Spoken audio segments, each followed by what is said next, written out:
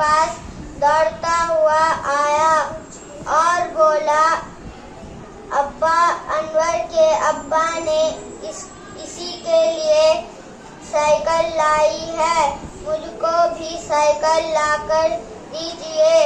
हाँ बेटा, ला दूंगा।